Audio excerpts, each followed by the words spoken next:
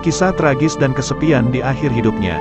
Soekarno atau akrab disapa Bung Karno adalah Presiden Republik Indonesia pertama yang lahir di Surabaya pada tanggal 6 Juni tahun 1901. Ia adalah ayah dari Presiden kelima sekaligus Ketua Umum PDIP Megawati Soekarnoputri dan Ketua DPR Ri Puan Maharani. Hingga saat ini, sosok Bung Karno seolah-olah tak selesai dibicarakan, mulai dari sisi humor, drama sampai tragedi kehidupannya. Namun, yang tak kalah menarik adalah pesona sejarahnya.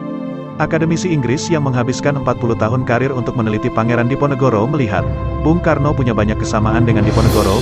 Saya merasa mereka punya semacam hubungan yang menarik, walaupun terpisah sekira 100 tahun, mereka berdua punya beberapa persamaan yang membuat Soekarno tertarik pada Diponegoro, kata pria lulusan Oxford University itu. Kesamaan itu adalah Soekarno dan Diponegoro sama-sama lahir di saat fajar, bahkan, saat masih usia kanak-kanak, kedua tokoh besar ini sama-sama diramal akan menjadi pengganggu Belanda. Selain itu, keduanya juga punya leluhur non-Jawa, Bung Karno dari Bali dan Diponegoro dari Bima. Soekarno dan Diponegoro menjadi pemimpin besar tapi bukan sekadar mengandalkan garis keturunannya. Carey bilang, Diponegoro memang lahir sebagai pangeran. Ia adalah anak dari Sultan Yogyakarta Hamengkubuwono III, tapi kapasitas kepemimpinannya diasah oleh eyang buyutnya di Tegalrejo. Sementara Soekarno dikirim ke dalam pojok, Kediri, dari 1906 sampai 1908, kemudian ke Tulungagung. Keduanya lahir di keraton dan di kota besar, tapi diasah di perdesaan, tutur Peter.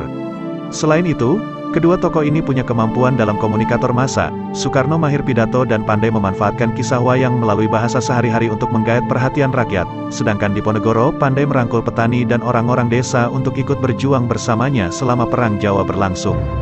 Di penjara berkali-kali, Soekarno sudah berjuang sejak dari usia 14 tahun sebagai anggota organisasi kepemudaan Jong Java ketika ia sekolah di Hogere Burger School, HBS, Surabaya. Saat di HBS, Soekarno tinggal di rumah tokoh Sarekat Islam bernama Cokro Aminoto.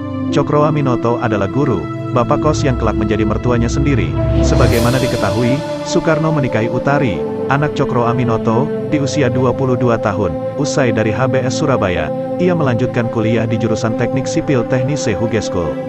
Di Bandung sekitar 1926, Soekarno mendirikan kelompok studi intelektual bernama Algemene Studi Club, ASC. Setahun kemudian, ia mendirikan Partai Nasional Indonesia, PNI. Oleh karena pergerakannya, pada tanggal 29 Desember tahun 1929 Soekarno dijebloskan ke dalam penjara Bancai, sebelum akhirnya pindah ke Sukamiskin.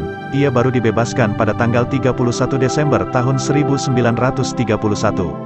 Keluar dari penjara, Soekarno ikut dengan Partai Indonesia, Partindo, pada 1932.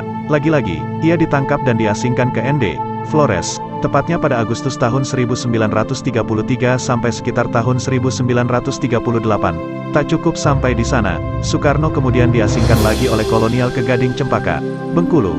Ia baru dibebaskan pada 1942 menjelang Jepang menduduki Indonesia.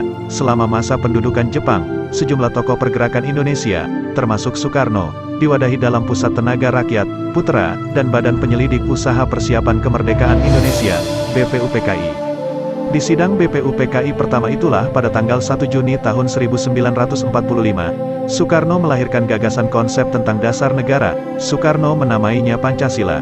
Belakangan, gagasan inilah yang dipakai menjadi dasar negara Indonesia. Setelah BPUPKI dibubarkan dan diganti menjadi Panitia Persiapan Kemerdekaan Indonesia, PPKI, pada tanggal 7 Agustus tahun 1945, Soekarno terpilih sebagai ketua. PPKI inilah yang melahirkan Undang-Undang Dasar, UUD. Sampai di sini Indonesia sudah sampai pintu gerbang kemerdekaan.